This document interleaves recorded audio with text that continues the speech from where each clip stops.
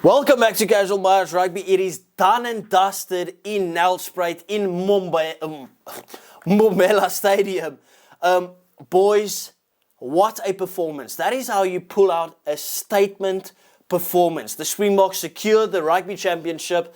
And you know, I base this channel purely on fan perspective. I'm not here to be objective. I'm not here to compliment Argentina.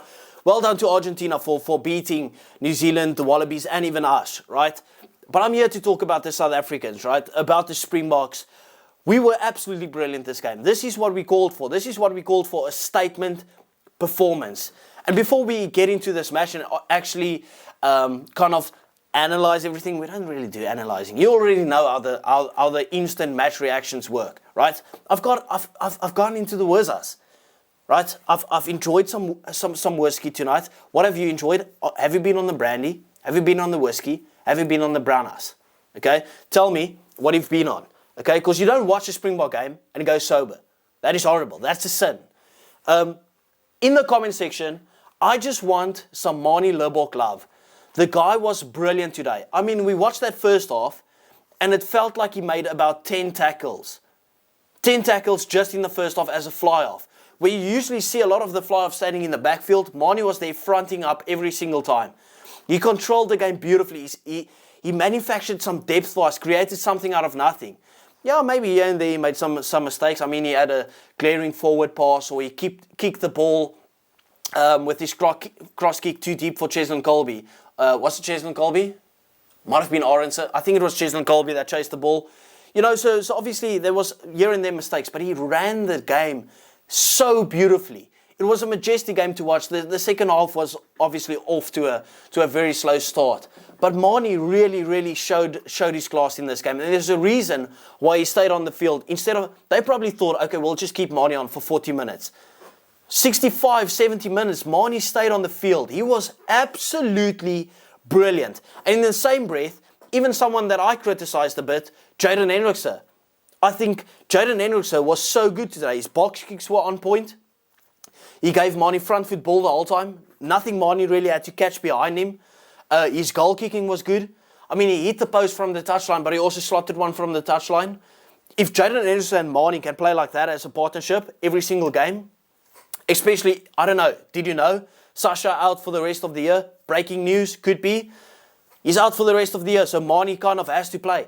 If we want to go with Jaden Hendrikse and Manie Libbok to take that 9-10 jersey, and let's say Kobus Reinach or Grant Williams to take it from the bench, I will have no issues with it. If they play like this, if this is the game plan and this is the way we're going to play, I have absolutely no issues with it.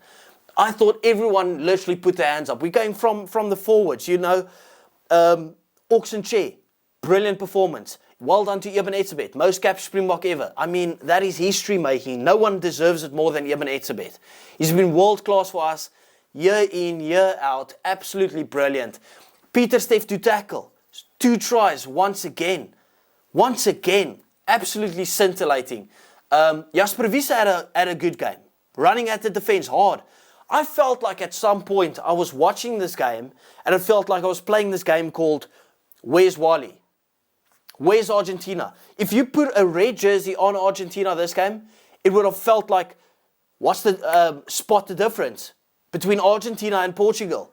And this is not a slate to Portugal, to Argentina at all, right? Argentina pitched up, they were ready. The box was so good this game, so good this game. Going on to the back line, Jaden Hendrikse, as I just said. Sorry, I've got a bit of a slurry tongue at the moment. It's the whiskey talking.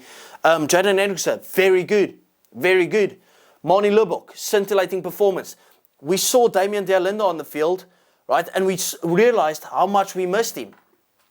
I think Argentina were lucky to get their 7 points. They had one attacking opportunity and scored from that. But after that, they were nowhere. And that is Damian de Linde, Jesse Kriel, that combination in the defensive line. They made that fussy, didn't really have to do much in defense because we were so secure. Cheslin Kolbe, my man of the match. Brilliant performance. Kurtley Arendse, kind of a bit quiet in my opinion. And then in the second half, he just became a live wire. Slip through tackles like it's absolutely nothing. Could have scored a scintillating try. Jesse Creel, brilliant. Absolutely brilliant. Another 3 man of the match performance contenders for me. Cheslin Colby, Marnie Lubbock, Jesse Creel. It'll probably, I haven't seen my TV is off, so I haven't seen the man of the match because I'm filming this instantaneously. It'll probably go to Pieter Steph du Toit because he was brilliant. But if I had to give a charity case to one, Cheslin Colby or Marnie Lubbock or Jesse Creel, all 3 of them, brilliant.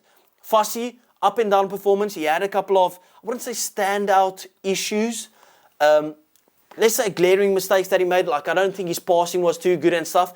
But the lines that he ran, the attacking game of Fussy is so good. I have to give credit to Fussy. He was brilliant today. Yeah, he made a couple of mistakes, but overall, a very sound performance by Fussy. You know, we've got so many good headaches.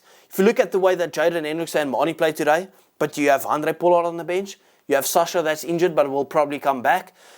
You still have Grant Williams who's injured. You still have Kobus Reinach who made a massive impact from the bench.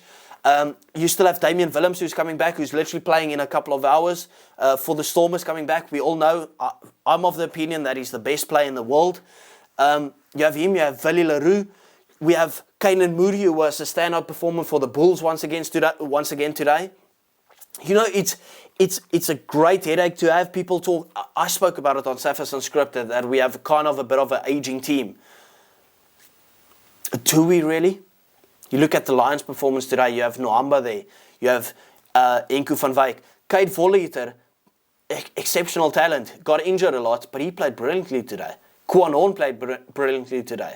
You know, we've got youngsters that will come through the next 2 to 3 years. But the boys that were on the field today, beautiful. Beautiful performance, statement victory. And I want us here in the comment section, and I know there will be a couple of people from, let's say, Argentina, New Zealand, Australia, Ireland, that will be on this video. But the Saffas here, I just want us to show some love and respect to this team. And I said it on my TikTok, and I know this is wild. This almost feels bigger than winning the World Cup. Maybe not really, right? But I'll give you my thought process behind it. We've always been seen as this World Cup team. And there's been a couple of caveats behind our last 2 World Cups. Obviously, the previous one we lost to New Zealand, and then we went on to win the World Cup. We lost this one to Ireland, and we went on to win the World Cup, right? But we've always been seen as this tournament team that wins this, might have a lucky run, or we scrape past teams, you know? But we are pushing towards trying to be the best team to grace this earth. And I know it's probably impossible to ever surpass what the All Blacks did. But the first step into that is winning the Rugby Championship. We haven't won the Rugby Championship since 2018. This is a massive step forward for us. Now we can go on to next year and try and win the double Rugby Championship, which feels like forever since we've done that. You know, when you look at the South African team, we've always performed in the Rugby World Cups, and we celebrate the victories against, for instance, the All Blacks, when we get 1 victory over them. But now we've got 4 in a row. We've broken the voodoo over us in terms of beating Australia. Yeah, obviously we lost against Argentina, you know, but it's one of those things. But we've won the Rugby Championship the year after winning the Rugby World Cup. We've embraced the favourite tag, finally. You know, I don't know how you go and you're a South African but don't support South Africa. You see the passion of the fans. I was live for this whole game on TikTok, and I hope some of you at least got to watch a bit of it. Please go and follow me on TikTok and on Twitter. I try to be more active on the different platforms, you know. But South African rugby is in such a special spot. You look at the women's game yesterday. We beat Japan, and now we're in the highest ranking that we've ever been. You look at the youngsters coming through. I hope our sevens can go back to the glory days that we've been in. But our rugby is in such a good spot at the moment. And I hated the fact that we all of a sudden doubted the Springboks after last weekend. I thought it was so harsh to doubt the Springboks after last weekend. Yeah, we lost the game. We lost it by 1 point, made 10 changes. You know, I'm not going to be that guy that says, B team, they beat the B team. Because it wasn't a B team, you know. Those are kind of the guys for the future as well. Respect to Argentina, you know, they were still up for that game. By the way, how they not gave Pablo Matera a red card straight away is baffling. Baffling.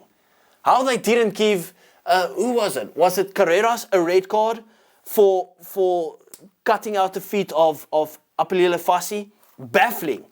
Because Fassi landed safely due to himself. So if Fassi decided, okay, I'm not going to turn my body and I'm going to land on my upper back, that would have been a red. He took out his feet highly dangerously. It's Fassi's control that kind of made that he got a yellow. So it's Fassi's fault that he got a yellow, not a red. Carreras. That's ridiculous. He should have got a red for that. I know he didn't fall that dangerously, but it's on Fassi to fall safely. That should have been a red. Pablo Matera, the clearest of reds you'll ever see. That was brain deadly stupid. But anyway, what a game. What a statement performance. I can't believe people actually judged this game and said we have a chance to lose the rugby championship. There was never an opportunity for Argentina to score 3 more tries than us. I can't believe they even got 7 points. And once again, that's not even disrespecting Argentina. That's just how good we were. Thank you. Please do remember to like and subscribe to the channel. I do appreciate you guys. And I will see you tomorrow for a sober review. Thank you. Bye.